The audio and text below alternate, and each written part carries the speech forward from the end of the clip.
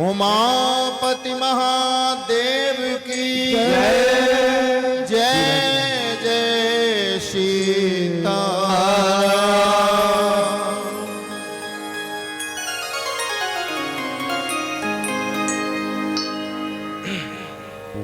हरि ओम।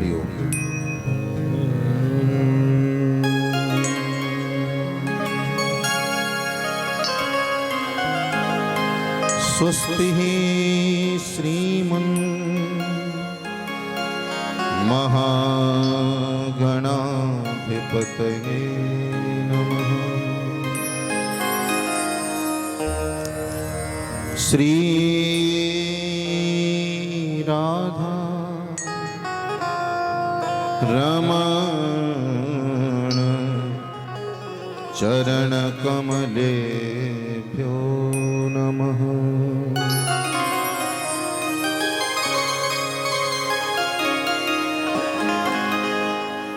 श्री रामाय रामभद्राय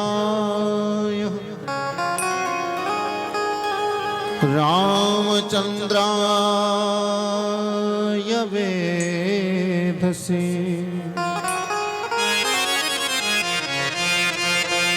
रघुनाथाय नाथाय श्री सीताय पतये नमः।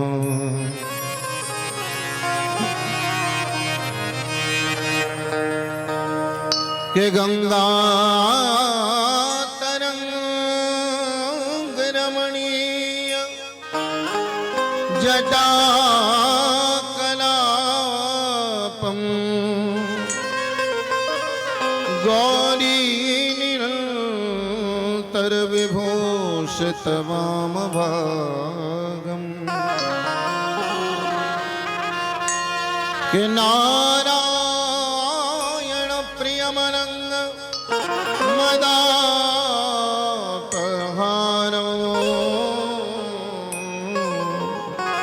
वाराणसीं पुरपतिं भज विश्वनाथम।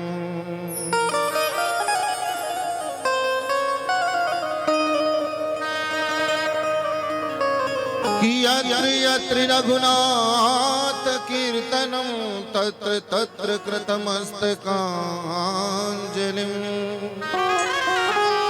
वाष्पवारि परिपूर्णलोचनं मारुतिं नमत राक्षसान्तकम्।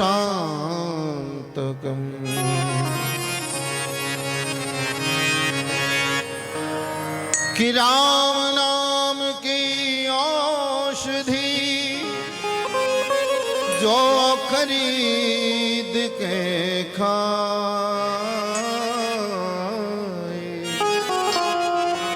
अंग पीड़ा निपजे नहीं महारोग मिट जाए। सियावर रामचंद्र की जय। पवन सुत हनुमान की जय। जय जय सीताराम।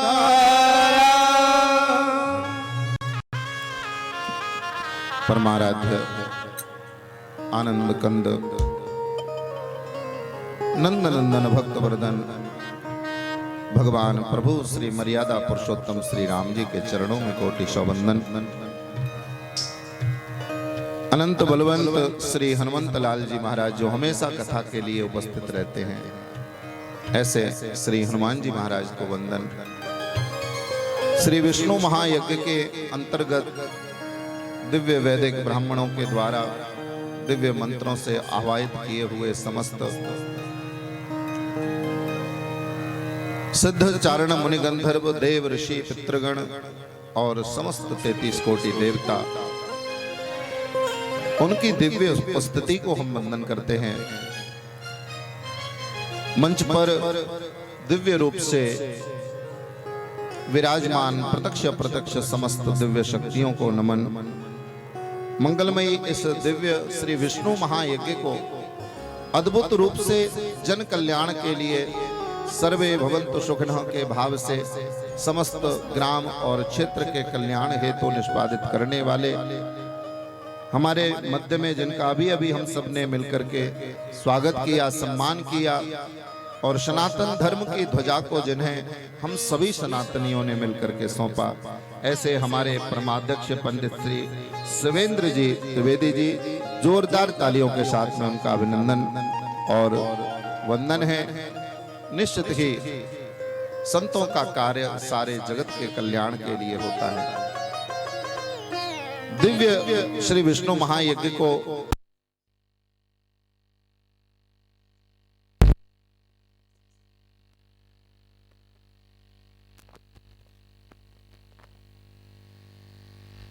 आयोजन अतार ये मंच आगे बढ़ रहा है।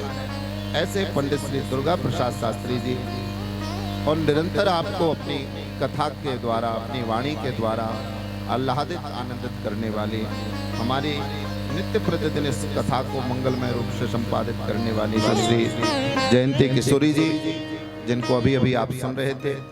साथ में मंच पर उपस्थित अन्य वैदिक विद्वान, ब्राह्मण, आचार्यगण और आप सभी धर्म प्रेमी भाई बंधु, आप सबकी श्रद्धा को, आप सबके भार को, आप सबके हृदय में विराजमान प्रभु के चरणों में मैं बारंबार प्रणाम करता हूं, वंदन करता हूं।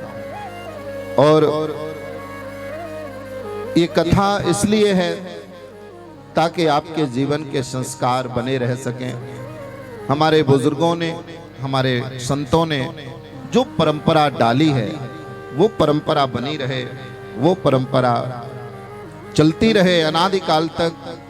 और इसी परंपरा, इसी संस्कृति को बचाने के लिए संतों का, भक्तों का और आप सभी धर्म प्रेमियों का निरंतर प्रयास बना हुआ है। इसके लिए मैं हृदय से अभिनंदन करता हूं। और यज्ञ नारायण भगवान को भी हम बार बार वंदन करते हैं। सज्जनों, यज्ञ का होना कितना जरूरी है ये हमें लॉकडाउन के समय में समझ आया। एक बार सब कह दो जय श्री राम। हाँ, माताओं की आवाज बहुत कम आ रही है, तो एक बार पुनः माताएं भी कह दें जय श्री राम।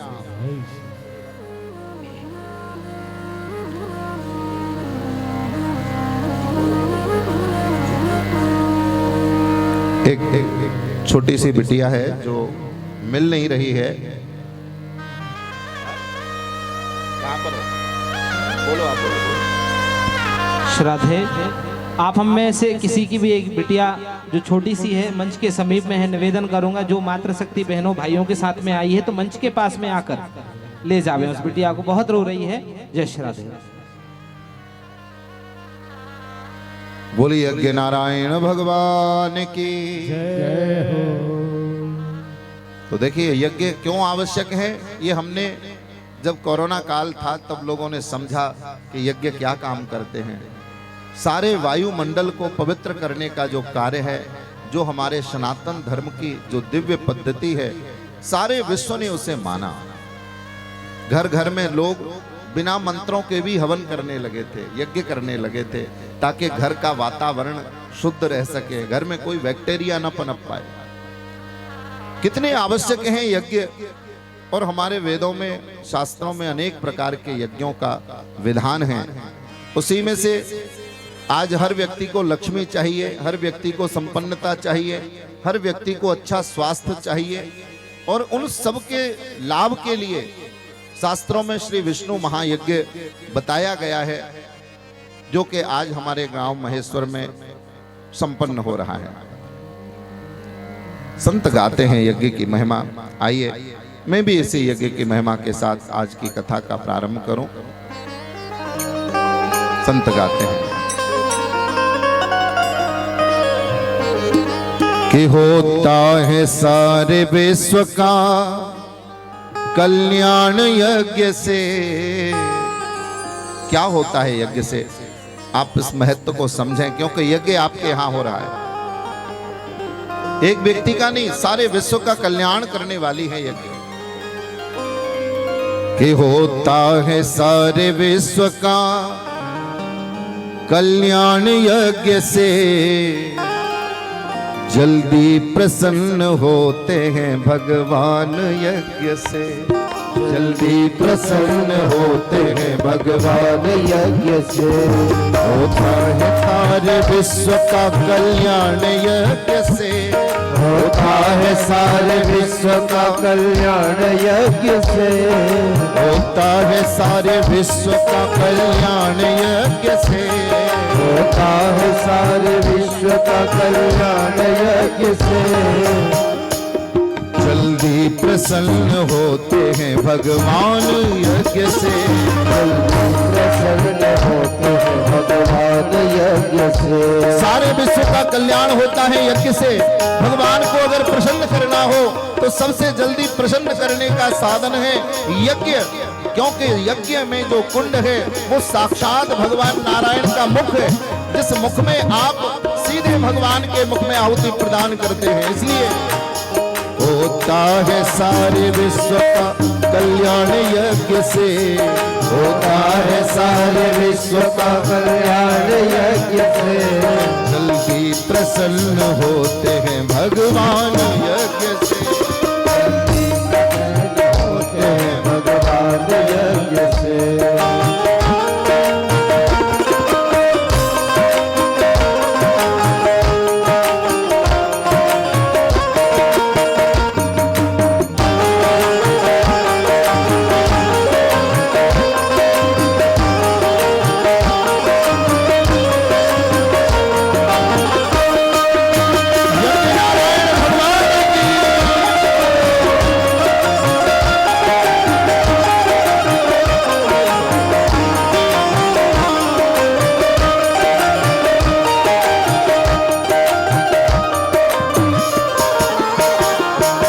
ऋषियों ने ऊंचा माना स्थान यज्ञ का, ऋषियों ने ऊंचा माना स्थान यज्ञ का, ऋषियों ने ऊंचा माना स्थान यज्ञ का, ऋषियों ने ऊंचा माना स्थान यज्ञ का।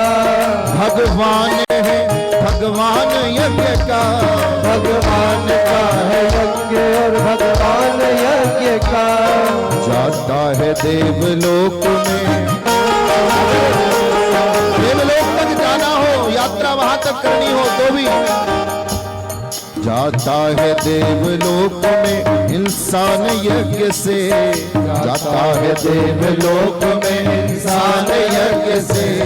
होता है सारे विश्व का कल्याण यज्ञ से, होता है सारे विश्व का कल्याण यज्ञ से।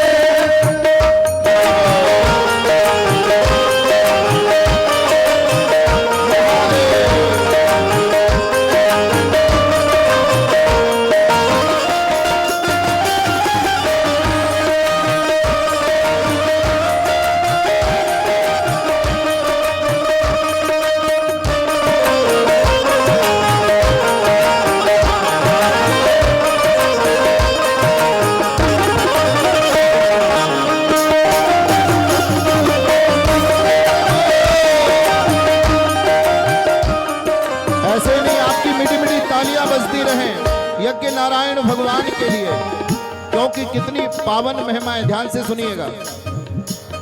जो कुछ भी डालो यज्ञ में खाते हैं अग्निदेव, जो कुछ भी डालो यज्ञ में खाते हैं अग्निदेव।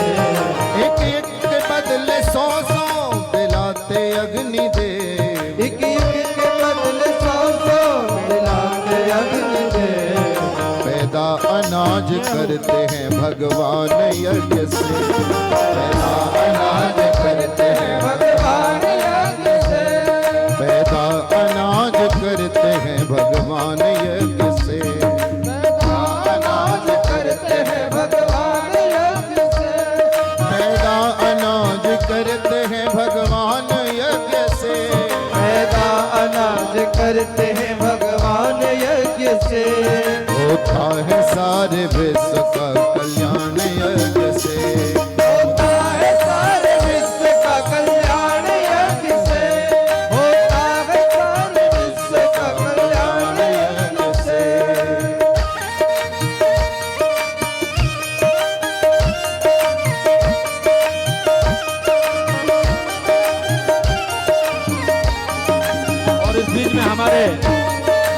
पर मृदुल जी के सुंदर भजन के बीच में पूर्व विधायिका, आध्यात्म और धर्म में गहरी रुचि रखने वाली पूजनीय श्रीमती साधना जी स्थापक बिटिया शिवा के साथ और आनंद जी के साथ मंच पर पधार रही, हम उनका अभिनंदन करते हैं, प्रणाम करता हूं मैं उनको। मृदुल जी जिनकी वाणी में मां सरस्वती विराजमान है, बहुत ही मीठा, क्या बात है।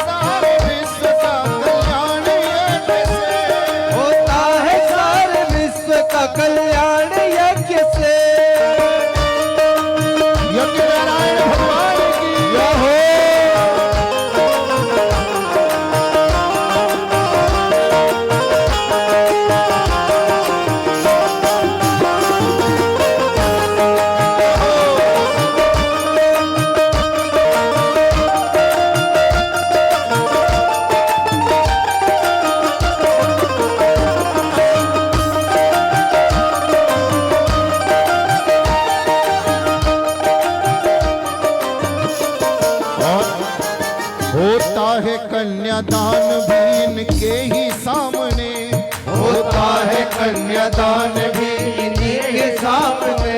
कन्यादान भी करना हो तो बिना यज्ञ के कन्यादान नहीं कर सकते। हाँ, होता है कन्यादान भी इनके ही सामने, होता है कन्यादान भी इनके सामने। पूजा है इसको कृष्ण ने भगवान राम ने, पूजा है इसे कृष्ण ने भगवान राम में। मिलती है राज कीर्ति,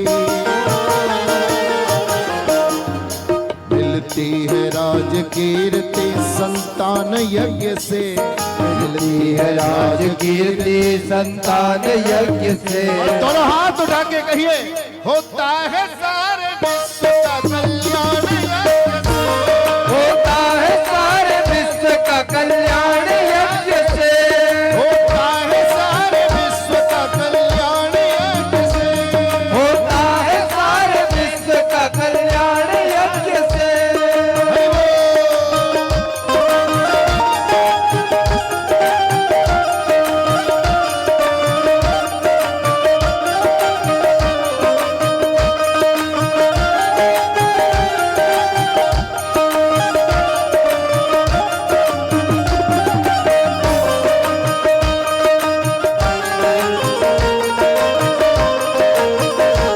यज्ञ नारायण भगवान की।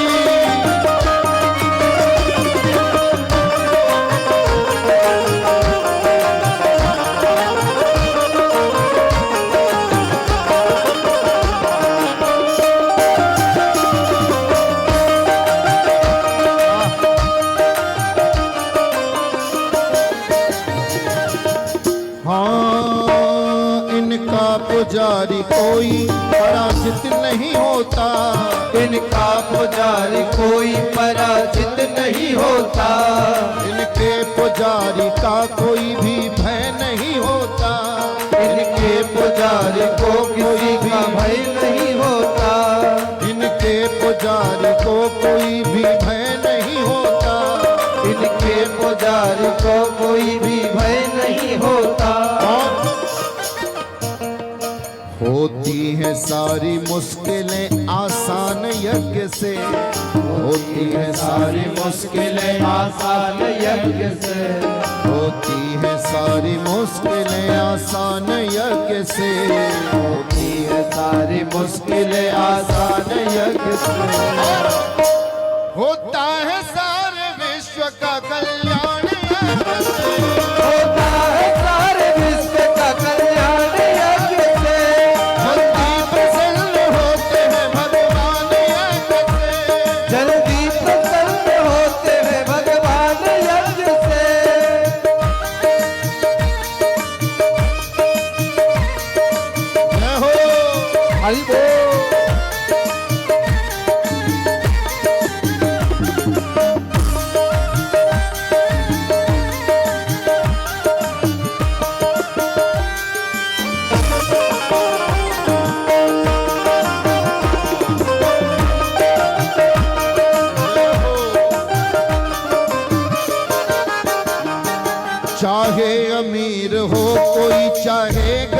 हो, चाहे अमीर हो या चाहे गरीब हो, चाहे अमीर हो या चाहे गरीब हो, चाहे अमीर हो या चाहे गरीब हो, जो नित्य यज्ञ करता वो खुश नसीब है, जो यज्ञ नित्य करता वो खुश नसीब हो, जो नित्य यज्ञ करता वो खुश नसीब है, जो नित्य यज्ञ करता वो खुश नसीब है। उपकारी मनुज बनता, उपकारी मनुज बनता है देव यज्ञ से, उपकारी मनुज बनता है देव यज्ञ से, होता है सारे विश्व का कल्याण यज्ञ से, होता है सारे विश्व का कल्याण यज्ञ से, होता है सारे विश्व का कल्याण यज्ञ से, होता है सारे विश्व का कल्याण यज्ञ से, जल्दी प्रसन्न होते हैं भगवान यज्ञ से, जल्दी प्रसन्न होते हैं भगवान यज्ञ से, जल्दी प्रसन्न होते हैं भगवान यज्ञ से, प्रसन्न होते हैं भगवान यज्ञ से, होता है सारे विश्व का कल्याण यज्ञ से, होता है सारे विश्व का कल्याण यज्ञ से, होता है सारे विश्व का कल्याण यज्ञ से, होता है सारे विश्व का कल्याण यज्ञ से, होता है सारे विश्व का कल्याण यज्ञ से, होता है सारे विश्व का कल्याण यज्ञ से, होता है सारे विश्व का कल्याण यज्ञ से, होता है सारे विश्व का कल्याण यज्ञ से, होता है सारे विश्व का कल्याण यज्ञ से, कल्याण यज्ञ से, कल्याण यज्ञ से, कल्याण यज्ञ से, होता है सारे विश्व का कल्याण यज्ञ से, जल्दी प्रसन्न होते हैं भगवान यज्ञ से। बोलिए यज्ञ नारायण भगवान की। श्राद्धे आइए आप हम सभी भक्तों के मध्य में सम्मान पत्र के पावन माध्यम से आप हम सभी इस मंगलमय घड़ी को आगे बढ़ाएंगे। सम्मानीय श्री प्रफुल्ल जी दीक्षित जो चाचा श्री मंच पर उपस्थित हैं, आज के दिवस में पुण्य पवित्र पावन वेला में आप हम सभी भगवान के प्रिय भक्त प्रवेश कर रहे हैं और मंगलमय घड़ी को अपने जीवन में अपनाते हुए ठाकुर जी की महिमा एवं कृपा प्राप्त कर रहे हैं। जय श्री राधे। बंधु, आप लोग कथा के मनस्थिति बना चुके हैं। मैं बिल्कुल ज़्यादा विलम्ब नहीं करूंगा, चूंकि पूजनीय भाभी जी और हम सभी की प्रेरणा स्रोत इस क्षेत्र की सबसे बड़ी जननेत्री, धार्मिक व आध्यात्मिक अभिरुचि रखने वाली आदरणीय साधना जी स्थापक जी के कर कमलों द्वारा शिवेंद्र शास्त्री जी जो महान भावना लेकर सनातन धर्म की ध्वजा लेकर आगे बढ़ रहे हैं, उनका सम्मान यहाँ पर किया जाना है। तो मैं अधिक समय न लेते हुए शीघ्रता से इस सम्मान पत्र का वाचन कर रहा हूं, जो पूजनीय श्री सत्यनारायण जी शास्त्री जी के माध्यम से मेरे पास आया है। प्रणाम करता हूं मृदुल जी की वाणी के लिए। बिटिया भी हमारी वहां पर बैठी हैं, जो कि मानस मंजरी हैं, जयंती किशोरी जी। लीजिए सम्मान पत्र। श्री गणेशाय नमः। अखिल ब्रह्मांड नायक परमपिता परमेश्वर की असीम अनुकंपा, जन्मन रंजनी मेकल सुता मां नर्मदा, अनंत कोटि फलदायी भव भयहारिणी जगत कल्याणी करुणा वरुणालय यज्ञेश्वर राज राजेश्वरी त्रिपुर सुंदरी की कृपा पात्र परम श्रद्धे श्री सुरेंद्र जी शास्त्री जी के सुयोग चिरंजीव पंडित श्री शिवेंद्र जी शास्त्री, जो कि बहुजन हिताय बहुजन सुखाय की पावन सोच को सर्वोपरि मानते हुए सनातन धर्म संस्कृति की ध्वजा ले निरंतर यज्ञादि अनुष्ठान व धार्मिक आयोजन दिन रात संलग्न रहकर सनातन धर्मावलंबियों के लिए प्रेरित कर रहे हैं। आज शुभ तिथि 15 फरवरी बुधवार को उनकी ही सत्प्रेरणा से आयोजित पंचकुंडी श्री विष्णु महायज्ञ महेश्वर में पूर्व विधायक धर्म आध्यात्म में गहरी अभिरुचि रखने वाली श्रद्धेय श्रीमती साधना जी स्थापक के कर कमलों से परम श्रद्धेय श्री शिवेंद्र जी शास्त्री जी को उनकी सहधर्मिणी श्रीमती शिवा त्रिवेदी जी के साथ सम्मानित करते हुए हम सभी गौरवान्वित हैं। प्रेरणा स्रोत आचार्य श्री पंडित सत्यनारायण जी शास्त्री, रामदांचल विद्वत परिषद अध्यक्ष, आचार्य श्री पंडित सुरेंद्र जी शास्त्री कोषाध्यक्ष, पंडित राम कुमार जी शास्त्री संयोजक, पंडित श्री कोमल प्रसाद जी शास्त्री प्रचारक, पंडित श्री गोविंद प्रसाद जी शास्त्री सह प्रचारक, पंडित श्री राजेंद्र जी शास्त्री सह प्रचारक एवं समस्त विद्वत मंडल नर्मदांचल। सम्मानकर्ता श्रीमती साधना जी स्थापक पूर्व विधायक गाडरवारा एवं श्री पंडित मुकेश जी बसेड़िया मां बिजनेस एंड इंस्टीट्यूट संचालक एवं समाज सेवी गाडरवारा। शब्द संयोजन पंडित सत्यनारायण जी शास्त्री, प्रस्तुतिकरण ये नाचीज पंडित प्रफुल्ल दीक्षित। मैं परम पूज्य भाभी जी से ये अपेक्षापूर्ण अनुरोध करूंगा कि वो कृपया शिवाजी के साथ और मुकेश जी के साथ मंच पर आएं और ये सम्मान पत्र देते हुए धर्म की ध्वजा को और आगे करने के लिए बल प्रदान करें परम श्रद्धेय शिवेंद्र शास्त्री जी के लिए। और मैं इस बीच में पूज्य श्री सुरेंद्र जी त्रिवेदी साहब से, पूज्य श्री सत्यनारायण जी से, पूज्य दुर्गा प्रसाद जी से, हमारे सभी मौसा जी से और हमारी मानस किशोरी जी से, जयंती जी से मैं अपेक्षा करता हूं कि वो भी इस क्षण पर यहाँ उपस्थित हों। एक बहुत बड़ी यहाँ पर माला है वो लेकर आए, जिसको पहनाते हुए पूज्य श्रीमती साधना जी स्थापक सम्मान करेंगी हमारे श्रद्धेय श्री पंडित शिवेंद्र शास्त्री जी का। शिवा आ जाए, शिवा आप भी आ जाए साथ। ओम मंगलम भगवान विष्णु मंगलम गणरुध्वजा मंगलम पुंडरीकाक्षाय मंगलाय तनोहरि सर्व मंगल मांगल्ये शिवे सर्वार्थ साधिके शरणे त्र्यंबके गौरी नारायणी नमोस्तुते। गुरु तो जगत प्रकाश है, गुरु ही है दिन रात, गुरु को कबहू न निंदियो, गुरु की सुनियो बात। गुरु का सम्मान यहाँ पर हो रहा है, तो मैं पूज्य सभी लोग आए, आदरणीय त्रिवेदी जी, दुर्गा प्रसाद जी, सत्यनारायण जी आ जाए आप। और इस अविस्मरणीय अकल्पनीय क्षण पर आप सभी लोग उपस्थित हो। दुर्गा प्रसाद जी को आगे ले। सबके मनोरथ पूर्ण करने आई अमृतानंदा, फिर क्यों न उनकी जय करें, प्रमोदित हुए हम सर्वदा। सारे बाबा दादा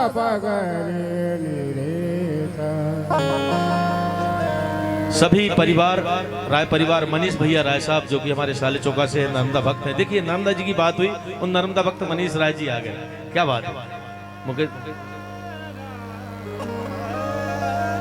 अब मैं दो पंक्तियां, दो शब्द चाहूंगा पूज्य भाभी जी के मुखारविंद से। परम सम्मानीय साधना जी।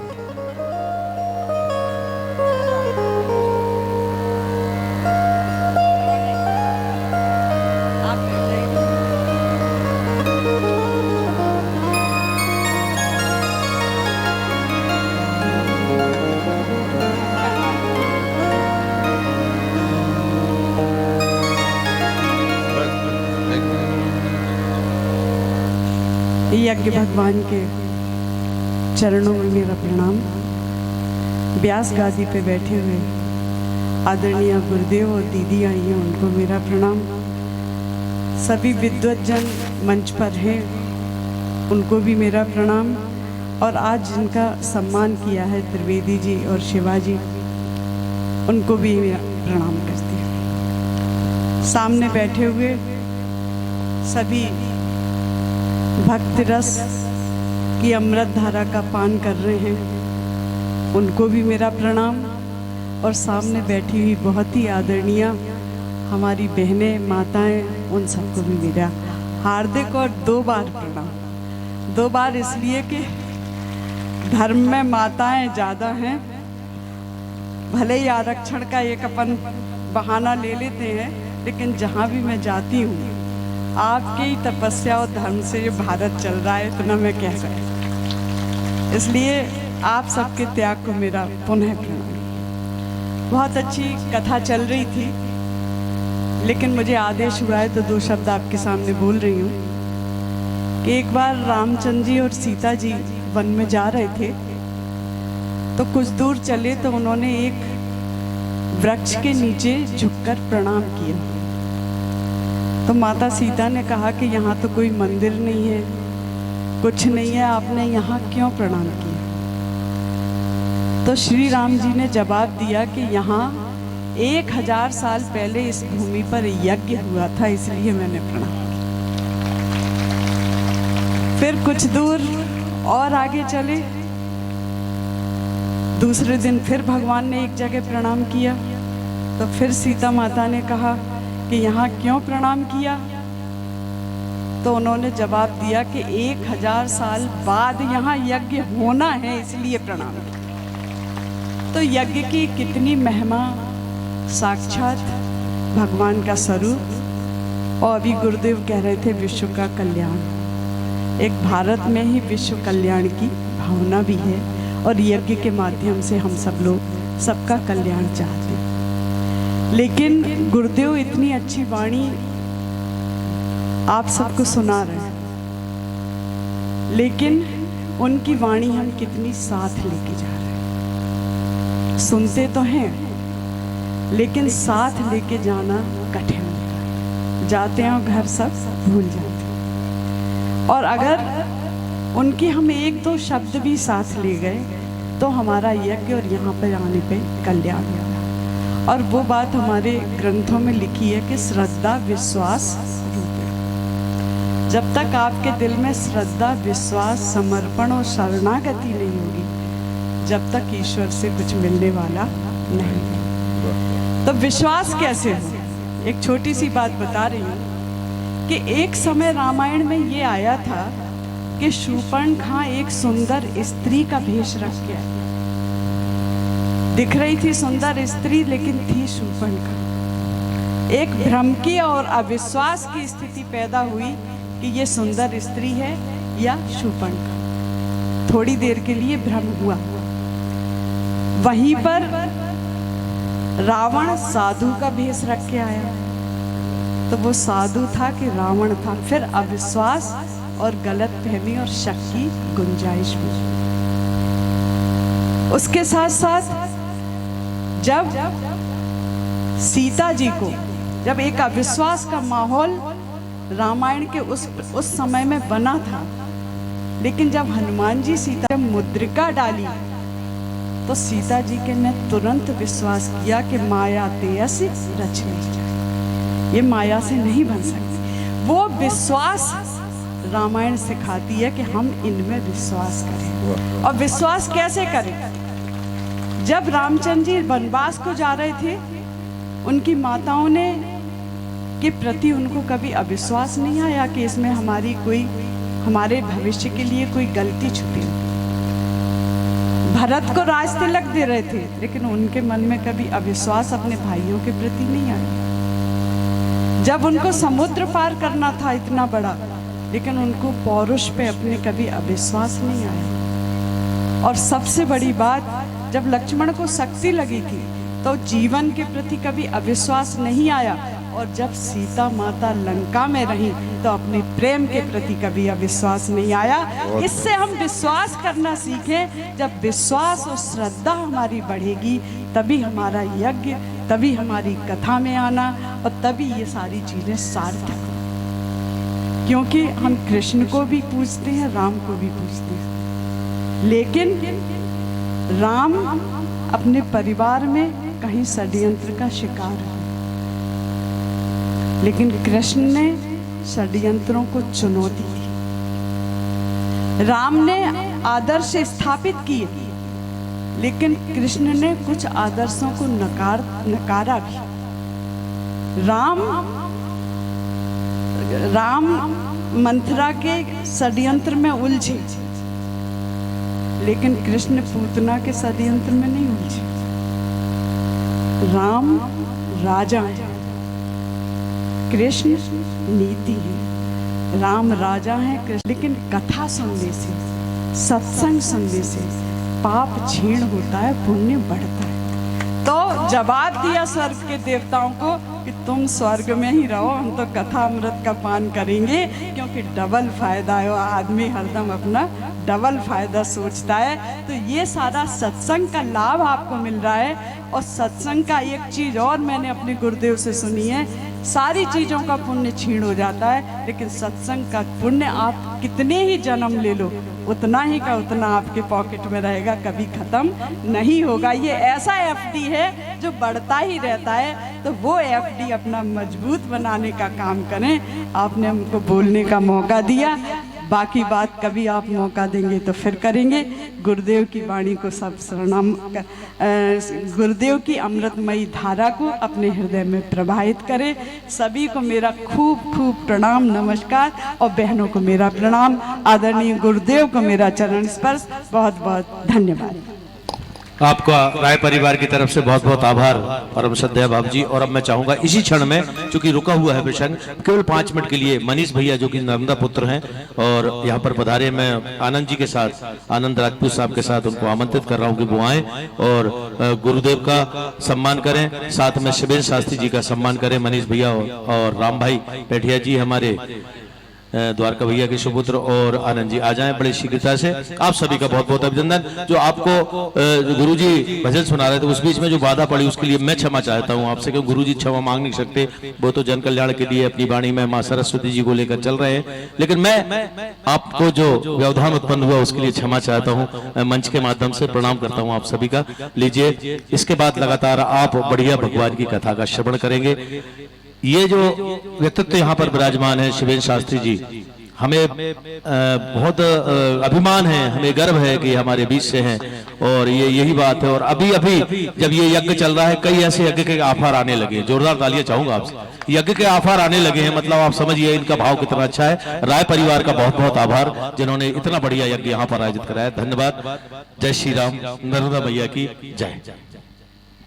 लीजिए, हमारे जो आप जिनको मैं इनके लिए 2 शब्द जरूर कह दूं, क्षमा करना। ये वस्तुतः मेरे भतीजे जरूर हैं, लेकिन ये टेलीविजन पर एंकरिंग करते हैं, आस्था चैनल, संस्कार चैनल पर। ये हमारे बच्चे ब्रजेंद्र जी हैं, जो कि पास से ही खैरी ग्राम से है, लेकिन ये बड़ी बड़ी कथाओं में एंकरिंग करते हैं। बेटे को माइक देता हूँ। जय जय श्राद्धे। आप हम सभी भक्त बड़े ही सौभाग्यशाली हैं, जो कि प्रिया प्रियतम जो सरकार की मंगलमय कथा में आप हम सभी भगवान के प्रिय भक्त एवं श्री हनुमान जी महाराज की मंगलमय कृपा आप हम सभी भगवान के प्रिय भक्तों पर स्नेह आशीर्वाद सदैव बना रहे। आइए, अधिक विलंब न करें, परम पूज्य व्यास जी महाराज के पाद पद्मों में निवेदन करेंगे, हम सभी भगवान के प्रिय भक्तों को मंगलमय कथा में प्रवेश कराएं। बड़े श्रद्धा विश्वास के साथ भगवान के नाम का उद्घोष। बोले श्री हनुमान जी महाराज की, श्री सीताराम जी महाराज की जय। जय सीताराम।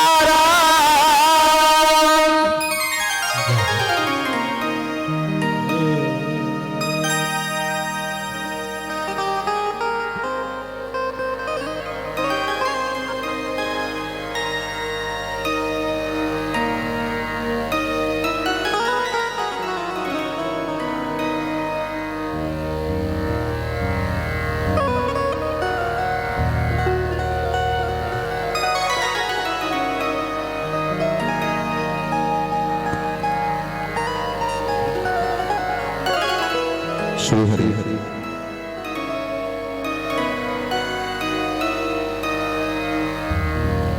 बोलिए राजा रामचंद्र भगवान की जय। श्री हनुमान जी महाराज की जय। तो राम का गुणगान करिए, राम का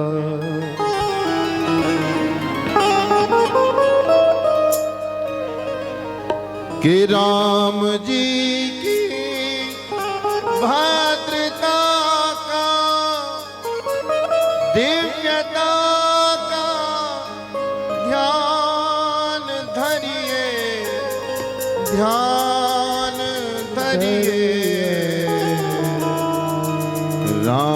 राम का गुणगान करिए, राम का गुणगान करिए, राम का गुणगान करिए, राम का गुणगान करिए, राम का।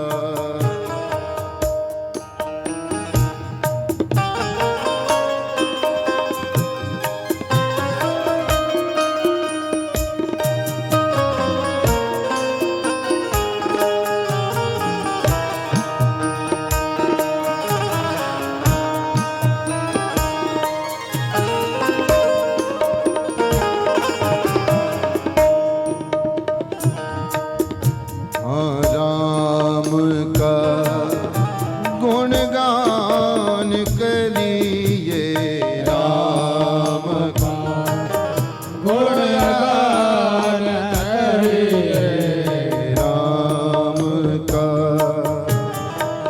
राम के गुण गुण चिरंतन, राम के गुण गुण चिरंतन, राम गुण सुमिरन नतन धन, राम गुण सुमिरन नतन धन। मनुजता को कर विभूषित, मनुजता को कर विभूषित, मनुज को धनवान करिए, ध्यान धरिए, राम का गुणगान करिए, राम का गुणगान करिए, राम का।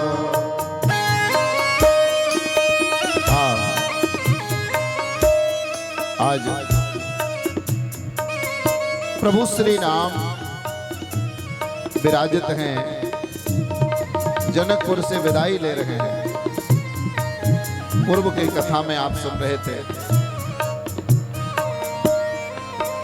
भगवान प्रभु श्री राम का मंगलमय विवाह हुआ।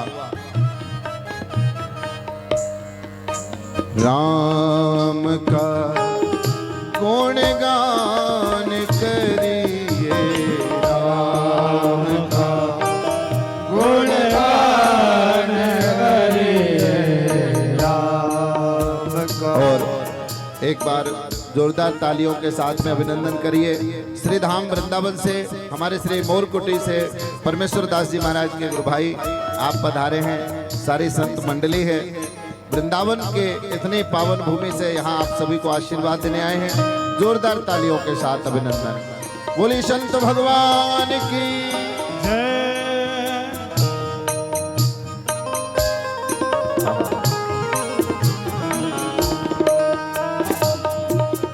राम का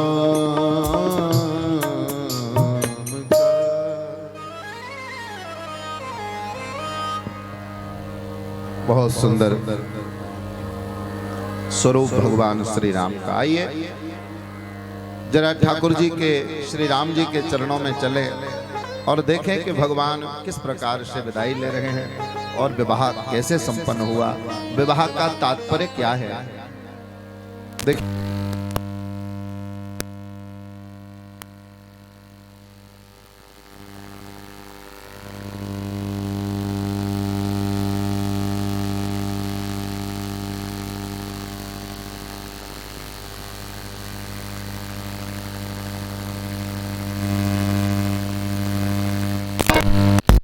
विवाह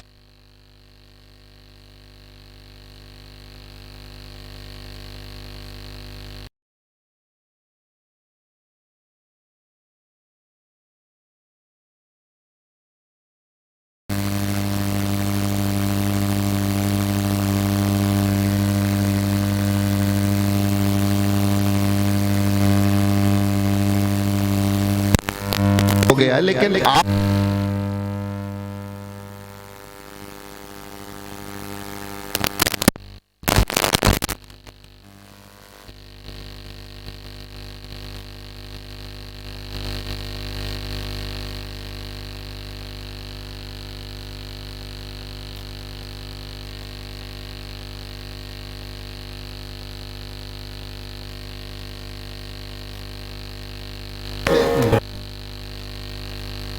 आया कौरव भी बैठे थे, एक मंत्र याद कराया कि क्रोधम माम कुरु।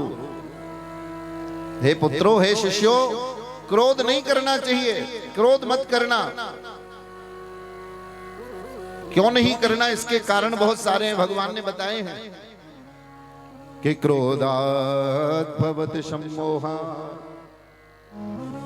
सम्मोहात् स्मृति विभ्रम, स्मृति भ्रंशात् बुद्धिनाश, बुद्धिनाश प्रणश्यति। जब किसी को गुस्सा आता है ना, माताएं भी इन बात को ध्यान से सुन लें, जिनको बहुत गुस्सा आता है।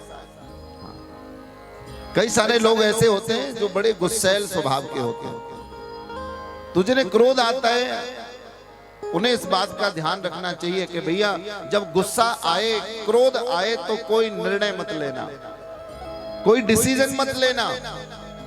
क्रोध आए, गुस्सा आए तो किसी से वादा मत करना, कोई कसम मत खाना। अगर गुस्से में कसम खाओगे ना तो बाद में तोड़नी पड़ेगी। गुस्से में कसम खाओगे तो बाद में पछताना पड़ेगा, क्योंकि क्रोधात् भवति सम्मोहा। भगवान गीता में कहते हैं कि क्रोध जब व्यक्ति को आता है तो मनुष्य सम्मोहित हो जाता है। और सम्मोहात् स्मृति विभ्रमः, सम्मोहित होने का मतलब ये होता है कि उसको कुछ याद नहीं रह जाता, अगला पिछला भूल जाता है। स्मृति भ्रंशात्, उसकी याददाश्त नष्ट हो जाती है। इस आदमी ने मेरे संग कितने अच्छा काम किया है, इसने मेरा कितना भला किया है। वो सारे शुभ कर्मों को, अच्छे कर्मों को भूल करके मनुष्य क्रोध में अपनी स्मृति को नष्ट कर लेता है। और जब किसी की स्मृति नष्ट हो जाए, किसी की याददाश्त नष्ट हो जाए, तो समझना चाहिए कि वो व्यक्ति भी जल्दी ही नष्ट हो जाएगा। स्मृति भ्रंशात् बुद्धिनाश, स्मृति नष्ट होने का लक्षण है बुद्धि नाश होना। और किसी की बुद्धि का नाश हो जाए तो बताइए भैया वो कितने दिन चलेगा। वो अपना तो नुकसान करेगा ही, साथ में अपने घर परिवार को भी मुश्किलों में डाल देगा। इसलिए क्रोधम माम कुरु, क्रोध मत करना, क्रोध नहीं करना चाहिए। सबने बात को पढ़ा, सबने बातों को सुना, लेकिन गुरुजी ने जो पढ़ाया है, कथा में हमने जो सुना है, ये जब हमारे जीवन में कोई मुश्किल समय आएगा, तब हमारे जीवन में हमारी ये सूत्र, हमारी ये बातें, हमारी ये कथा आपकी रक्षा करेगी। कैसे करेगी? देखिए, महाभारत का युद्ध चल रहा था, बड़े बड़े बाण, बड़े बड़े धनुर्धर, बड़े बड़े तीक्ष्ण बाणों से आक्रमण कर रहे थे। और एक समय ऐसा आया कि जब गुरु द्रोणाचार्य ने भी ये प्रतिज्ञा कर ली कि मैं आज के युद्ध में पांचों पांडवों को दिखा दूंगा, बता दूंगा कि मैं भी उनका गुरु हूं। मैं पांडवों में से किसी एक पांडव को तो आज अवश्य ही मार डालूंगा। दुर्योधन के कहने से जब वो युधिष्ठिर के ऊपर आक्रमण करने लगे,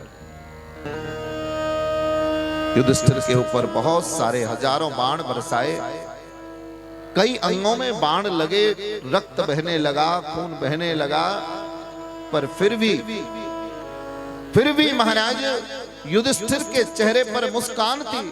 एक एक बाण गुरु चलाते, शरीर में लगता और मुस्कुरा करके युधिष्ठिर कहते, गुरुजी आप मुझे परास्त नहीं कर सकते, क्योंकि मैंने आप अपने जीवन में आपके द्वारा सिखाई गई शिक्षा को जीवन में उतारा है। मैं अभी तक आपके द्वारा बताया गया वो सूत्र भूला नहीं हूं। क्रोधम माम कुरु, आप कितने भी बाण चलाइए गुरुवर, लेकिन आप मुझे क्रोध नहीं दिला सकते। मैंने आज अपने क्रोध को जीत लिया है। मेरे भाई बहन, जिसने अपने क्रोध को जीत लिया, समझ लेना इसने सारी दुनिया को ही जीत लिया, क्योंकि ये अंदर के शत्रु हैं। बाहर के दुश्मनों पर विजय प्राप्त करना सरल है।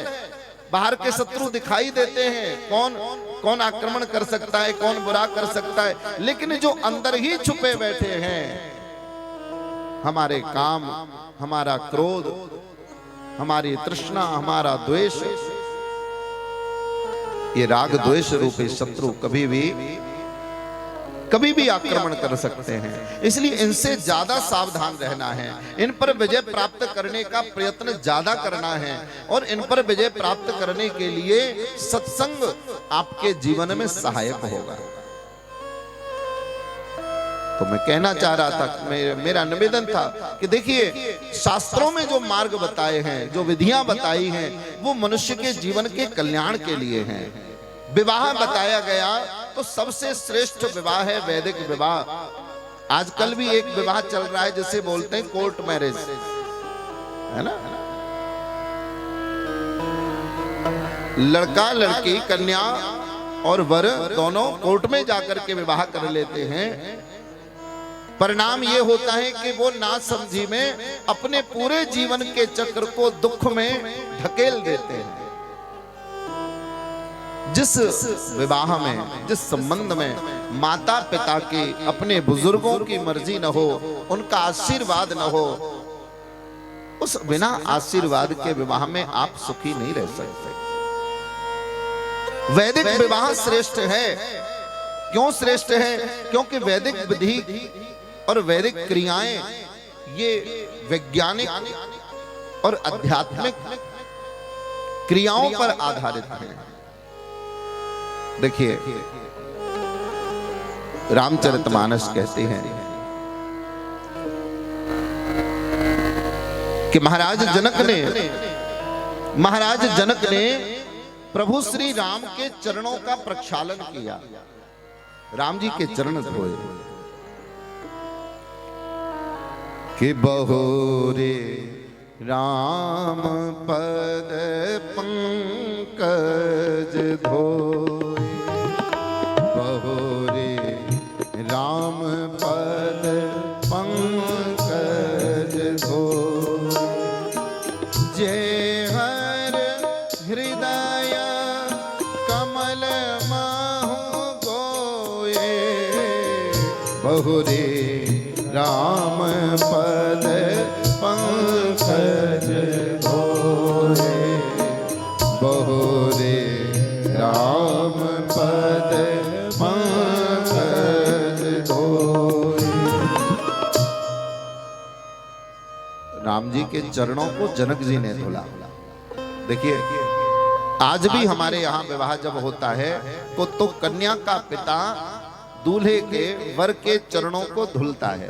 जब बारात लेकर के आते हैं तो दरवाजे पर ही दूल्हे को घोड़ी से नीचे उतार करके उसके चरणों को धुला जाता है।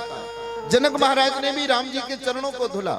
ये प्राचीन समय से पद्धति चली आ रही है। तो भैया, क्यों चरणों को धुला जाता है, इस चीज को भी समझना चाहिए कि क्यों जरूरी है किसी के चरणों को धुलना। क्योंकि आजकल लोग अपनी संस्कृति से, अपनी विधियों से, लौकिक और पौराणिक विधियों से दूर होते जा रहे हैं। चरण धुलना क्यों जरूरी है, क्यों चरणों को धुला जाता है, इसके पीछे आध्यात्मिक कारण है। कारण क्या है कि देखिए, दान करना बहुत बड़ी बात है। कोई भी दान करना बहुत बड़ी बात है। दान करने के लिए बहुत बड़ा, सबसे पहले तो मन चाहिए, हृदय चाहिए और आत्मा भी पवित्र चाहिए। आप इस बात को भली भांति जानते हैं कि अभिमान पूर्वक किया गया दान, अभिमान से कोई दान करे, अभिमान पूर्वक किया गया दान, बोल करके किया गया दान, अपने नाम और बड़ाई के लिए किया गया दान, आध्यात्मिक अशुद्धि के साथ में किया गया दान निरर्थक चला जाता है, उसका कोई प्रभाव, कोई फल नहीं मिलता। और दानों में कितना बड़ा दान है कन्यादान, सबसे बड़े दानों में गिनती करी जाती है कन्यादान की। और दान बार बार कर सकते हो, गौ दान कर सकते हो, धन दान, जल दान, वस्त्र दान, अन्न दान, सब दान कर सकते हो, लेकिन कन्यादान ऐसा दान है जो बार बार नहीं किया जा सकता। और एक कन्या का दान हम केवल जीवन में एक बार ही कर पाते हैं। कितना बड़ा सौभाग्य। और इतना बड़ा दान कोई व्यक्ति करने जा रहा है तो सोचिए उसे कितनी सावधानी से दान करना पड़ता है। बड़ी बड़ी माताएं बता देती हैं कि देख आज तुझे कन्यादान करना है, आज कुछ खाना मत जब तक कन्यादान नहीं हो जाए, ताकि जीवन में आलस्य न आए, जीवन में प्रमाद नहीं आए, हमारी जो इंद्रियां हैं वो इंद्रियां हमारे वश में रहे और शुद्ध हो जाना, पवित्र हो जाना। कैसे शुद्ध पवित्र होंगे? बोले सबसे पहले आध्यात्मिक शुद्धता होनी चाहिए। आध्यात्मिक शुद्धता क्या है? बोले काम, क्रोध, लोभ, मोह से दूर, अभिमान से दूर। अभिमान कैसे दूर होगा? अभिमान ऐसे दूर होगा। देखिए कोई किसी को राम राम कब कर सकता है?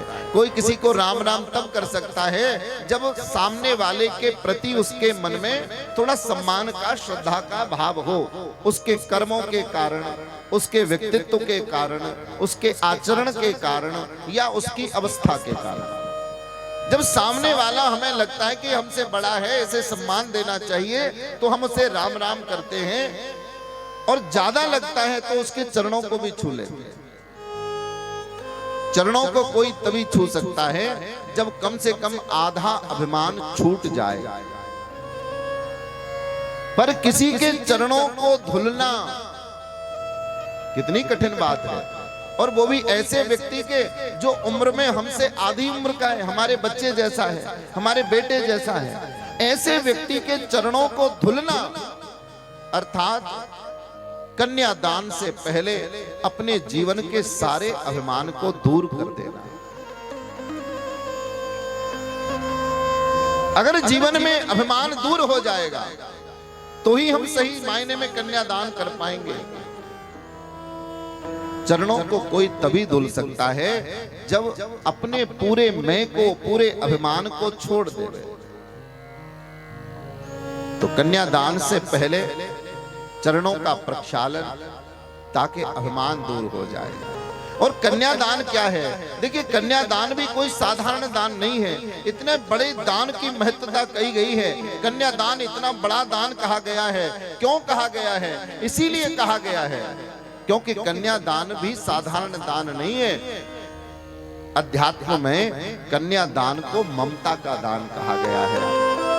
कन्यादान को ममता का दान कहा गया है, प्रेम का दान कहा गया है, भावनाओं का दान कहा गया है, एक जीवन का दान कहा गया है। जिस बेटी को बचपन से ही माता पिता इतने लाड़ प्यार से पालते हैं, लाड़ प्यार से पाल पोस करके बड़ा करते हैं, पढ़ाते लिखाते हैं,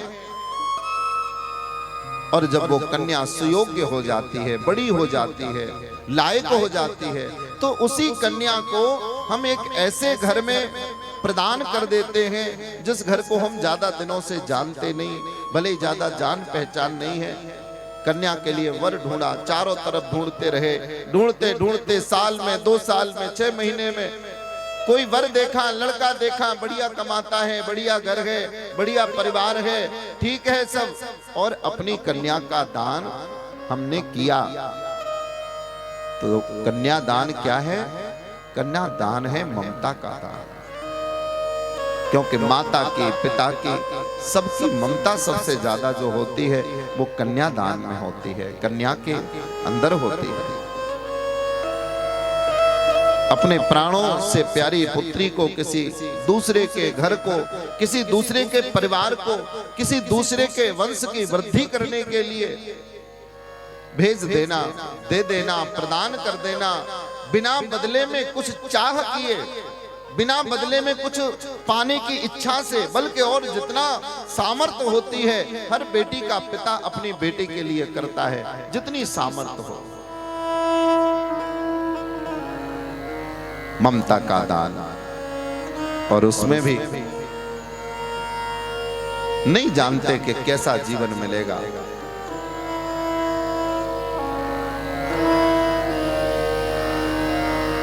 कि छोड़ चली अब बाबुल कांगना, कि विधि से किसी की पेश चले ना, छोड़ चली अब बाबुल कांगना। कि कन्या को जग में जन्म, हाँ कन्या को जग में जन्म, होनो ही दुख रूप। कहते भैया कन्या का तो जग में जन्म ही दुख रूप है, क्योंकि पास न कोई रख सक्यो, चाहे रंग होए या भू। चाहे किसी राजा की बेटी हो अथवा किसी गरीब की बेटी हो, बेटी को कन्या को पराया धन कहा गया है। कन्या का दान करना ही पड़ता है, चाहे गरीब की बेटी हो अमीर की बेटी हो, एक दिन वो विदा करता ही है। अपनी ममता का दान, अपने प्रेम का दान। इसलिए श्री रामचरितमानस कहती है किस धन को तो भैया भेजना ही पड़ता है। महाराज जनक भी नहीं रख पाए। महाराज जनक ने भी अपनी पुत्री का विवाह भगवान प्रभु श्री राम के साथ में किया, और कौन होगा आज महाराज जनक के समान भाग्यशाली, जिन्हें दामाद के रूप में स्वयं परब्रह्म परमात्मा प्रभु श्री राम मिले हैं।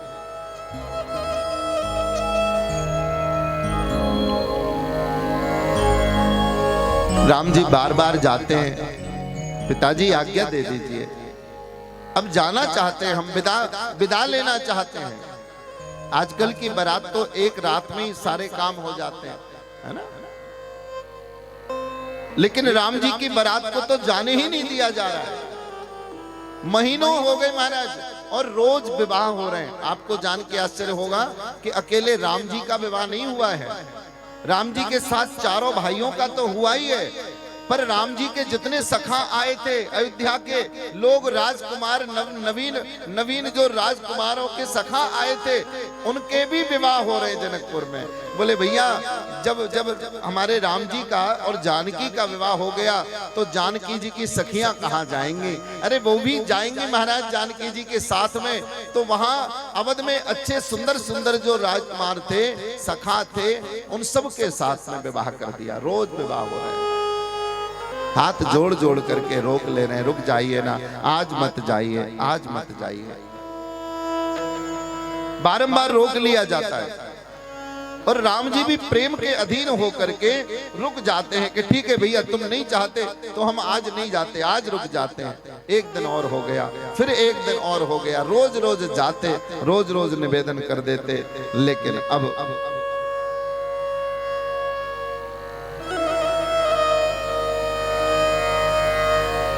आदेश दिया। जब आदेश मिला गुरुजी का, और जाकर के महाराज जनक से कहा कि अब हम जाना चाहते हैं, तब महाराज जनक ने कहा ठीक है, जानकी जी को तैयार किया जाए, और जानकी मैया को दुल्हन के भेष में, दुल्हन के रूप में सजा करके सखियां लेकर के आई। बेटी को दुल्हन के रूप में देख करके महाराज जनक भावुक हो गए। उन्हें अब लगा कि अब जानकी मुझे छोड़ के चली जाएगी। किसी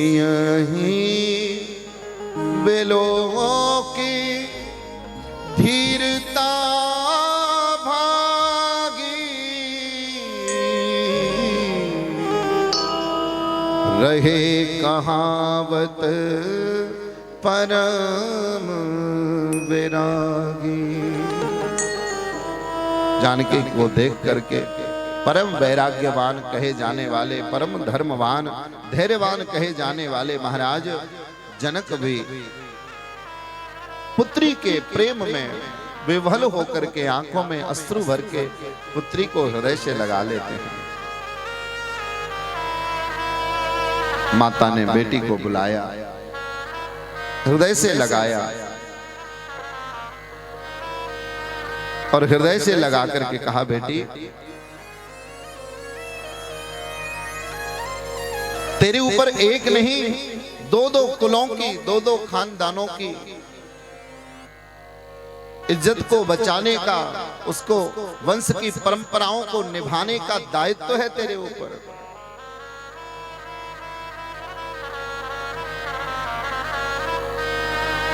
और मात पिता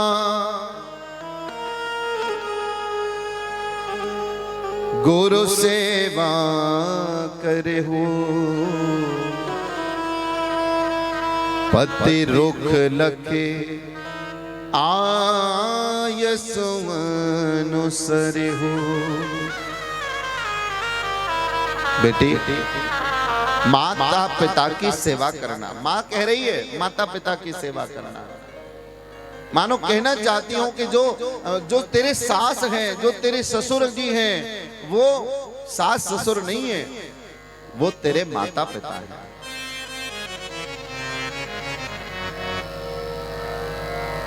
वो तेरी माँ है, वो तेरे पिता हैं, उनकी सेवा करना, गुरु की सेवा करना, पति का रुख देख करके चलना, जैसा अच्छा लगे ना वैसा कार्य करना। और सच में माताओं का जीवन इसीलिए धन्य कहा जाता है। शास्त्रों ने, वेदों ने, पुराणों ने शायद माताओं का स्थान इसीलिए सबसे प्रथम रखा है क्योंकि माताओं का जीवन त्याग का जीवन होता है। अपने जीवन में अपनी समस्त इच्छाओं को त्याग करके, पति की इच्छा से, परिवार की इच्छा से, बच्चों की इच्छा से जो वो पूरा जीवन जीती है, दूसरों की प्रसन्नता के लिए जीवन जीती है, इसीलिए माताएं वंदनीय होती हैं, इसीलिए माताएं वंदनीय होती हैं। वेदों में, पुराणों में भी इसीलिए मातृ देवो भव, सबसे पहले माता को बताया गया है कि माता सबसे बड़ी देवी है, उनके बाद में फिर कोई और है। कभी ये नहीं सोचती कि मुझे क्या पसंद है। हमेशा घर में भी भोजन भी बनेगा तो पति को क्या अच्छा लगता है, बच्चों को क्या अच्छा लगता है, मेरे बेटे को क्या अच्छा लगता है, मेरी बेटी को क्या अच्छा लगता है, सबकी पसंद से बनाएंगे। फिर बच जाएगा तो थोड़ा बहुत खा लेंगे, नहीं बचेगा तो भी सारा काम करके भूख नहीं है आज, ऐसा कह करके सो जाती है माता। इतना त्याग किसके जीवन में होगा। और बेटी छोटी होती है तो हम उसे दुर्गा के रूप में पूजते हैं। जब वो कुंवारी होती है, पिता के घर में होती है, तो वो एक दुर्गा का रूप होती है, सरस्वती का, लक्ष्मी का रूप होती है। दुर्गा के स्वरूप में हम आने वाली प्रत्येक नव दुर्गाओं में, प्रत्येक शक्ति के स्थान में उनकी पूजा करते हैं, उनका आशीर्वाद लेते हैं। लेकिन वही जब बड़ी हो जाती है, पति के घर में जाती है, तो उसका स्वागत किया जाता है कि भैया घर में लक्ष्मी आई है। हर माँ, हर बहू के आने पर हर सास कहती है कि मेरे घर में लक्ष्मी आई है, क्योंकि जब विवाह होता है तो वर को नारायण माना जाता है और कन्या को लक्ष्मी माना जाता है। इसलिए घर में जब बहू आए तो ऐसे स्वागत करते हैं जैसे साक्षात लक्ष्मी आई है। और सच में जिनका भाव ऐसा सच्चा और अच्छा होता है, उनके लिए घर में बहू नहीं आती, उनके लिए तो घर में साक्षात लक्ष्मी मैया ही आती है। प्रेम से कहो जय श्री राम। विदा करा करके ले जा रहे हैं और देखिए बार बार बहुत दूर तक विदा कराए, बहुत दूर तक गए। पता पता चला इधर अयोध्या में कि बारात लौट करके आ रही है, बारात का स्वागत किया गया। माताएं आरती की थाली लेकर के और चली स्वागत के लिए, भाव विभल हैं। एक नहीं, दो नहीं, तीन नहीं, चार चार बहुएं आई हैं, चारों का स्वागत किया। और देखिए सास कैसी हो, सास हो तो महाराज कौशल्या मैया जैसी, ससुर हो तो महाराज दशरथ जैसे। राम जी का ये चरित्र ही तो है जो आज राम जी हम सबके मन मानस में, जन जन के हृदय में वो बसे हुए हैं। राम जी के चरित्र का ही एक प्रभाव है कि हर पिता चाहता है कि उसका बेटा कैसा हो, उसका बेटा राम के जैसा। हर पिता चाहता है कि उसका बेटा राम हो, हर बहन चाहती है उसका भाई राम हो, हर माँ चाहती है कि उसका बेटा राम हो, हर पत्नी चाहती है कि उसका पति राम हो। हर व्यक्ति, हर दीन दुखी चाहता है कि लोग हमारी राम जी की तरह सहायता करें। हर संबंध के रूप में अगर हम चाहते हैं तो राम को चाहते हैं। लेकिन ऐसा नहीं है कि राम नहीं है घर में, हर घर में एक राम है, क्योंकि उस आत्म स्वरूप में परमात्मा ही तो हमारे घर में बच्चों के स्वरूप में विराजमान है। अब उस बच्चे को राम बनाना है तो हर माता पिता के ऊपर जिम्मेदारी बढ़ जाती है कि राम जैसे संस्कार आपको ही देने पड़ेंगे। छोटा बालक कोमल वृक्ष की तरह होता है, उसे जिस डाली को जिधर झुका देंगे वो उधर ही झुकता चला जाएगा। अवध में राम का आगमन, और देखो जब नई बहुएं आती है ना हमारे यहाँ पर, तो एक रस्म होती है, उसको कहते हैं मुंह दिखावनी, है ना। नई नई बहू आती है तो सब मुंह देखने जाते हैं कि नई बहू आई है, चलो मुंह दिखाते हैं। और जब मुंह देखने जाते हैं तो माताएं विशेष करके जाती हैं मुंह देखने नई नई बहू का, क्योंकि वो बारात में नहीं जा पाती बेचारी, इस बहाने आती हैं, दो चार बात हो जाती है घर परिवार में। तो माताएं आई हैं मुंह देखने के लिए, और जब मुंह दिखावनी आती होती है तो मुंह देखने वाली को गिफ्ट देना पड़ता है। हाँ, जिस बहू का मुंह देख रहे हैं उसको कुछ गिफ्ट देना पड़ेगा, उपहार देना पड़ेगा। सारे अवध की माताएं आई और अवध की माताओं ने आकर के बहुत सारे उपहार दिए। जानकी जी का मुख देखा, श्रुतकीर्ति का, उर्मिला का, मांडवी का मुख देखा, सब लोग देख देख करके चले गए। सबके बाद में रात में अंधेरे में और माता कौशल्या पधारी। कौशल्या ने कहा, बेटी बता मैं तुझे क्या दूं, मैं तुझे क्या दूं? क्योंकि मुझे याद है जब मैं पहली बार मेरा विवाह हुआ था और मैं इस अवध में आई थी तो मेरी सास ने कहा था, बेटी अवध में पैर रखते ही सारी अयोध्या तेरी हो गई। तूने अवध में पैर रखा तो सारी अयोध्या आज से तेरी हो गई। और वही बात मैं तुझसे कह रही हूं, हे जानकी, हे बेटी सीता, तुम इस अयोध्या में आई हो ना, अयोध्या में पैर रखते ही जब बहुएं आ गई तो हमारी जिम्मेदारी खत्म हो गई। आज से ये अयोध्या भी तुम्हारी हो गई। अब अयोध्या में जितना राजमहल में खजाना है, जो कुछ भी धन संपत्ति है, वो किसकी है? वो भी तुम्हारी है। अब तुम्हारी संपत्ति का ही मैं तुम्हें दान क्या दूं? मेरे पास में बेटी तुझे देने के लिए कुछ है नहीं, लेकिन मेरे पास में मेरी एक वस्तु है जो मेरी है। कौन है वो? बुलाया राम जी को। राम जी का हाथ पकड़ा, बोले ये राम, ये अयोध्या तेरी है, सारा राजमहल, सारा खजाना, सब कुछ तेरा है, लेकिन ये राम मेरा है। पर देख, अब तू अयोध्या में आ गई है ना बेटी, तो आज से मैं ये राम का हाथ भी तेरे हाथ में दे रही हूं। आज से मेरे राम का भी ख्याल तुझको ही रखना है। इस मुंह दिखावनी में राम का ही हाथ में तेरे हाथ में दे रही हूं। बहू घर में आ जाती है ना तो माताओं की जिम्मेदारी खत्म हो जाती है। माताएं बहुत अच्छा महसूस करती है कि भैया जब तक बेटे की शादी नहीं हो तो माताओं को बड़ी देखभाल करनी पड़ती है। अब बेटे की शादी हो गई, बहू घर में आ गई तो बोले अब तेरी जिम्मेदारी है। सास का भाव कैसा, सब कुछ तेरा है बेटी। और कुछ सास ऐसी भी होती हैं जो अलमारी की चाबी साड़ी के पल्लू में बांध करके घूमती हैं कि भैया प्राण भले ही चले जाए, मर जाऊंगी उसके बाद ले लेना, जीते जी नहीं दूंगी।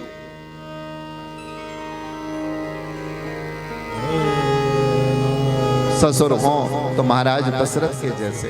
क्या कह रहे हैं देखो, अपनी पत्नियों को, राम जी की माताओं को, मैया कौशल्या को, सुमित्रा को, कैकेयी को पास में बिठाया, बुला करके कह रहे हैं देखो ध्यान रखना,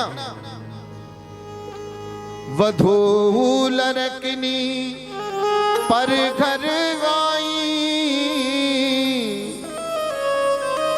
राखहु नैन पलक की नाई। देखो दूसरे की बेटी, दूसरे की बेटियां हमारे घर में आई हैं, इन्हें बहू मत समझना, इन्हें बेटियां मानना। ये बेटियां हैं, बेटी आई है घर में, भगवान ने हमें बेटियां दी हैं तो कैसे रखना।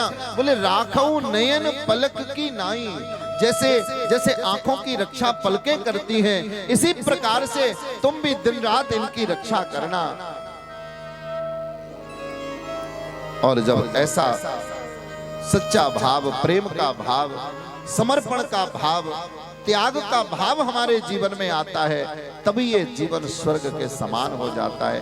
बाबा एक चौपाई में सारी बातों को खत्म कर देते हैं कि जहां सुमते तहां संपत्ति नाना, और जहां कुमत तहां विपत निधाना। जहां पर सुंदर मति होगी, सुंदर विचार होंगे, लोगों में आपस में एक दूसरे के प्रति समर्पण और त्याग की भावना होगी। प्रेम का दूसरा नाम है त्याग। जिसके लिए हम त्याग करते हैं उसी से समझ लेना हम प्रेम करते हैं। तो जिसके लिए हमारे जीवन में त्याग है, समर्पण है,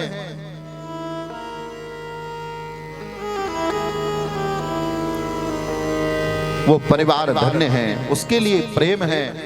जहां सुमत तहां संपत्ति नाना, जहां त्याग होगा वहां प्रेम होगा, और जहां प्रेम होगा वहां स्वयं लक्ष्मी नारायण सदा सदा के लिए विराजमान होते हैं। वरना प्रेम न हो, हृदय में काम क्रोध मद लोभ भरा रहे तो भगवान को कितना भी बुला लेना, भगवान आने वाले नहीं है। एक बार सब कह दो जय श्री राम। और आइए, समय हो चुका है, मैं एक छोटा सा भजन कह करके आरती की ओर चलूंगा, और कल पुनः भगवान की मंगलमयी चरित्रों को हम श्रवण करेंगे। बोल कृष्णचंद्र भगवान की। और आज बोला भी था कि नर्मदा मैया का भी भजन सुनाना है, तो उसको भी श्रवण करेंगे।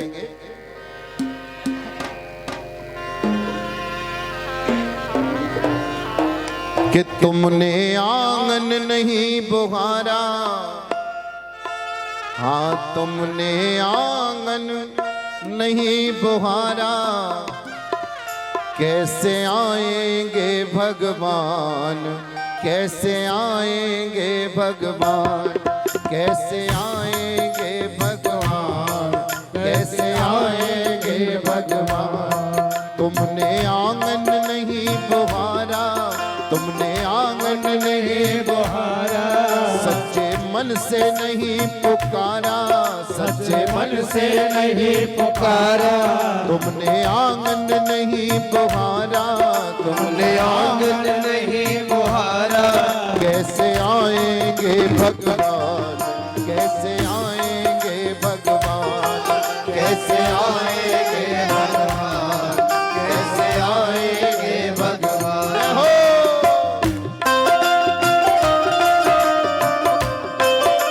बेटी बेटी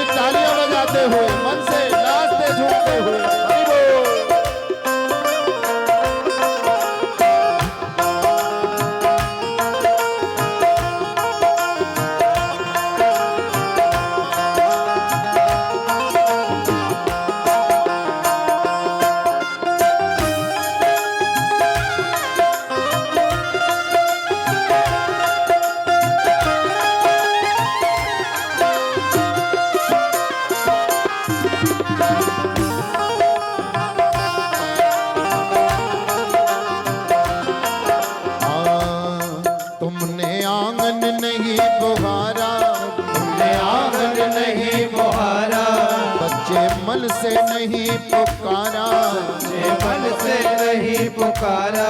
कैसे आएंगे भगवान, कैसे आएंगे भगवान, कैसे आएंगे भगवान, कैसे आएंगे भगवान।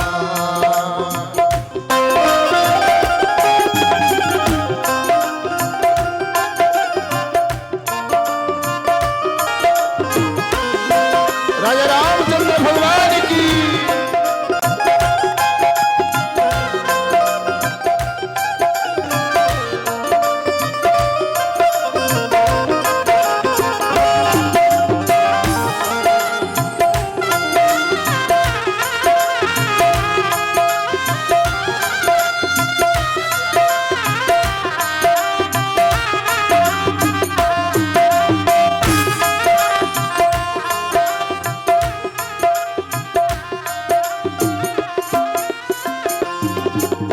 हृदय हमारा पिघल न पाया जब देखा दुखियारा, जब देखा दुखियारा, जब देखा दुखियारा।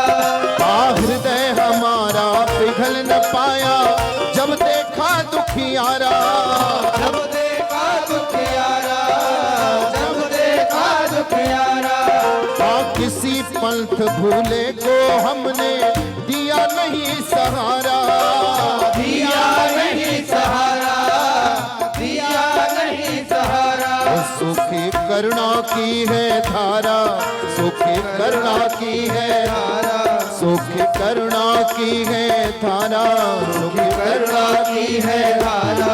कैसे आएंगे भगवान, कैसे आएंगे भगवान, कैसे आएंगे भगवान, कैसे आएंगे भगवान। ओ आंगन चौबारा अंधियारा, आंगन चौबारा अंधियारा, आंगन चौबारा अंधियारा, आंगन चौबारा अंधियारा। कैसे आएंगे भगवान, कैसे आएंगे भगवान, कैसे आएंगे भगवान, कैसे आएंगे भगवान। ओहो!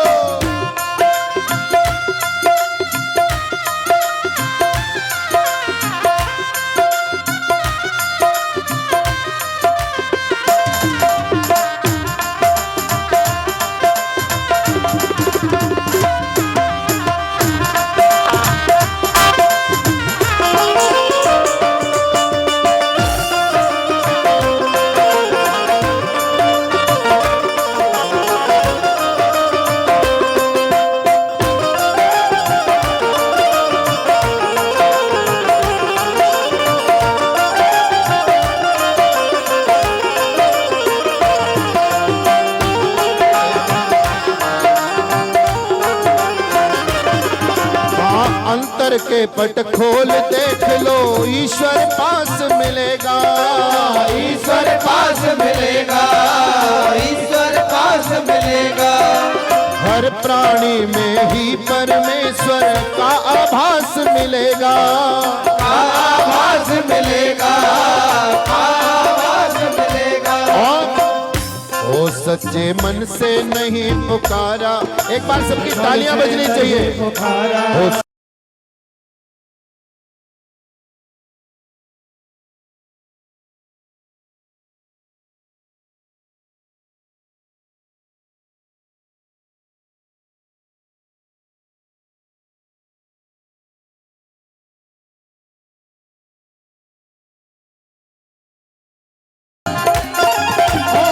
कैसे आएंगे भगवान, कैसे आएंगे भगवान।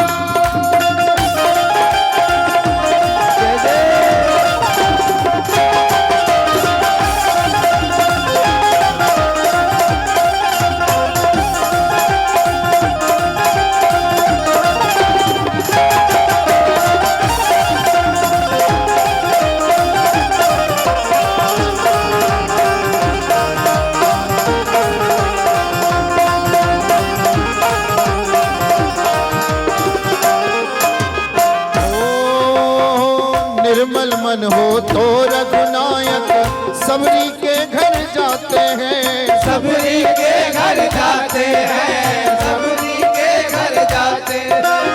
श्याम असुर की बाह पकड़ते शाग विदुर घर खाते हैं। साग विदुर घर खाते हैं, साग विदुर घर खाते हैं। हमने इस पर नहीं विचारा, हमने इस पर नहीं विचारा, हमने इस पर नहीं विचारा, हमने इस पर नहीं विचारा।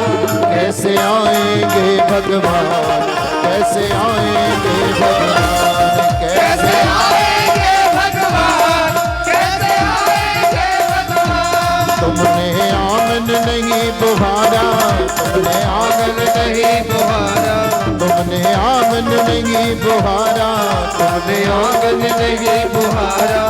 कैसे आएंगे भगवान, कैसे आएंगे भगवान,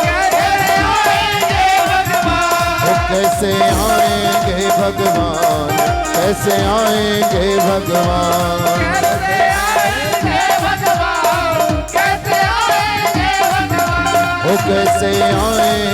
भगवान, कैसे आएंगे भगवान, कैसे आएंगे भगवान। कैसे आएंगे भगवान, कैसे आएंगे भगवान, कैसे आएंगे भगवान, कैसे आएंगे भगवान, कैसे आएंगे भगवान। बोले राजा रामचंद्र भगवान की जय हो, बोले शंकर भगवान की जय हो। आइए इसी के साथ वाणी को जय राधे राधे राधे, जय श्री राम। समस्त भगवान के प्रिय भक्तों से निवेदन है कि आप हम सभी भक्त आरती में सम्मिलित होंगे। इसके पूर्व आप हम सभी भक्तों के मध्य में बाहर से विशिष्ट अतिथि के रूप में पधारे हैं सम्मानित श्रीमान मनीष राय जी से निवेदन है, मंच पर आए, आरती में सम्मिलित होंगे। और आप हम सभी भक्तों के मध्य में वह भी अपने शब्द सुमन रखेंगे। एक छोटा सा भजन, आप मनीष जी आ जाइए। और आप हम सभी भक्तों के मध्य में मंच पर आमंत्रित रहेंगे सम्मानित श्री मुकेश वसेड़िया जी, गौरी शंकर खेमरिया जी, श्रीमान नीरज राय जी, श्रीमान दिग्विजय सिंह जी पटेल जो कि ब्लॉक अध्यक्ष एवं जनपद सदस्य भी हैं, जगमोहन पटेल जी जमाड़ा, अंकुर जी पेठिया साईखड़ा, नर्मदा सिंह जी राजपूत तुमड़ा से, राम जी पेठिया साईखड़ा से और राकेश श्रीवास्तव जी। जैसा कि आप हम सभी भक्त जानते हैं कि जो कि मनीष जी राय कोई जानने का नाम नहीं है कि मैं आपसे मंच से संबोधित करूं और आप इनको नाम को जाने, अपितु मध्य प्रदेश में एक सर्वप्रथम मां नर्मदा की ऐसी पहली यात्रा है जिसमें इनके तरफ से लाखों लोगों का पावन भंडारा झिकोली के परम धाम पर किया जाता है। जो नर्मदा मां के परम भक्त हैं और निरंतर ऐसी सेवाओं में सदैव धार्मिक कृत्य में लगे रहते हैं, सदैव धार्मिक कर्मों में भागवत महापुराण में जाना, अभिवादन करना और समय समय से लोगों की सेवा सहायता करना। और मनीष चौबे जी से भी निवेदन है साले चौका से, वह भी मंच पर आए। तो एक बार मनीष राय जी के लिए जोरदार ताली बजा के अभिवादन करें। भजन होना है, एक छोटा सा भजन पूज्य महाराज जी श्री के द्वारा, और भजन के बाद में आप हम सभी आरती में सम्मिलित होंगे और भजन में ताली की सेवा जरूर होना चाहिए। जय श्री राधे। मां पतित पावनी हे मां जगतारिणी। कौन है पतित पावनी और जगतारिणी? हमारी नर्मदा मैया। बोली नर्मदा मैया की। हे मगर वाहिनी नर्मदे नर्मदे नर्मदे नर्मदे, मां नमो नर्मदे नर्मदे नर्मदे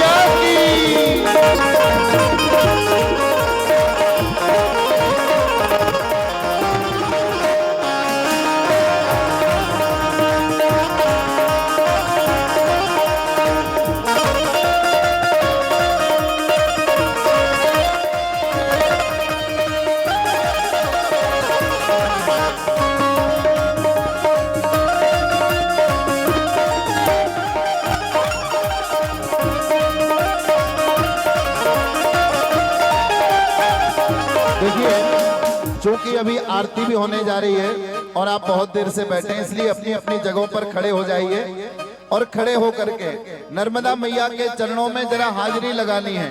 जो नर्मदा मैया से प्रेम करते हैं ना, परिक्रमा लगाने तो बहुत बार गए होंगे आप और लगाते रहते होंगे, लेकिन अब झूमते नाचते हुए जरा नर्मदा मैया के चरणों में हाजिरी लगानी है और कहना है, ओ नर्मदे नर्मदे नर्मदे मन मामे नमो नर्मदे, नर्मदे नर्मदे नर्मदे नमो नर्मदे नर्मदे।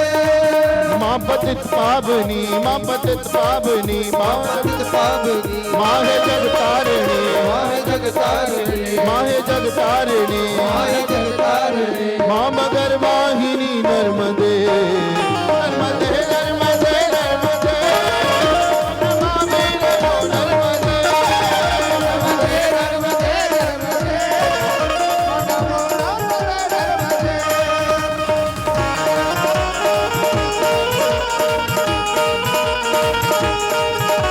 नर्मदा मैया की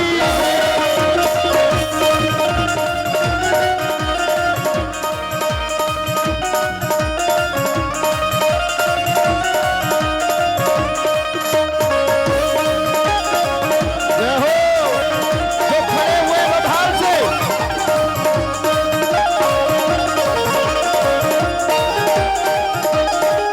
पाप कट जाते हैं एक ही स्नान से, पाप कट जाते हैं एक ही स्नान से, मुक्ति मिल जाती है माँ के गुणगान से, मुक्ति मिल जाती है माँ के गुणगान से, मुक्ति मिल जाती है माँ के गुणगान से, मुक्ति मिल जाती है माँ के गुणगान से। लोग होते तती माँ तेरे ध्यान से, लोग होते तती माँ तेरे ध्यान से। तू ही भवतारिणी तू ही भवतारिणी तारिणी तू ही भवतारिणी तारिणी तू ही भवतारिणी तारिणी तू ही भवतारिणी तारिणी।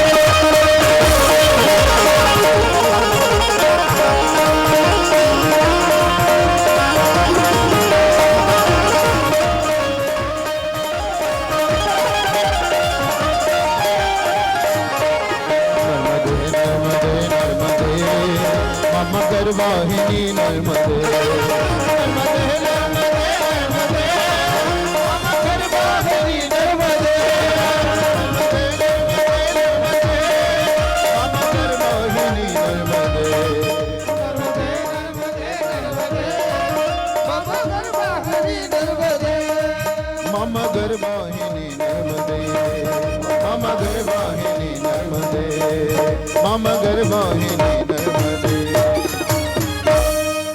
बोलिए नर्मदा मैया की जय हो। जय जय श्री राधे राधे। बोले नर्मदा मैया की। आप हम सभी भक्तों के मध्य में मंच पर उपस्थित सभी महानुभाव, तो जैसा कि आप हम सभी जानते हैं कि ऐसी दिव्य मंगलमय कथा को श्रवण कर आप हम सभी अपने जीवन को लाभान्वित कर रहे हैं, तो निवेदन करूंगा आप हम सभी भक्तों के मध्य में मंच पर उपस्थित श्रीमान मनीष जी राय छोटू भैया से कि आप हम सभी भक्तों के मध्य में वह भी अपने शब्द सुमन रखें और ओत प्रोत आप हम सभी को कराएं। दो शब्द रखते हैं सभी के मनोभाव।